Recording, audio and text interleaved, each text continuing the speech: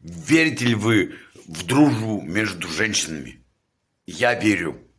Когда я смотрю вот на Олесю и Ларису, я сразу понимаю, что есть такая дружба, потому что столько приятных слов в адрес своей подруги, ну, редко услышишь. Ларисочка, это я по секрету рассказываю то, что мне написала про вас Олеся. В общем, я уже влюблен. Вы самая замечательная, умеющая дружить, творческая душа компании. В общем, все самые прекрасные эпитеты Олеся отправляет через мои уста вам в ваш день рождения.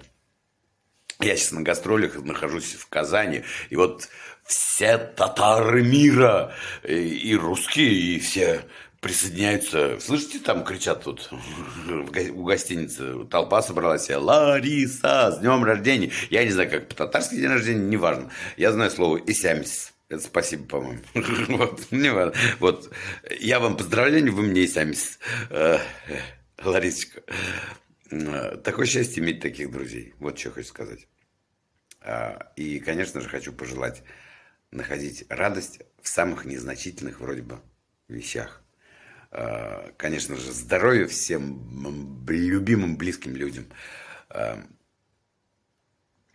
И пусть этот мир откликается вам на все ваши чаяния. То, что вы хотите от него, пусть он дарит вам.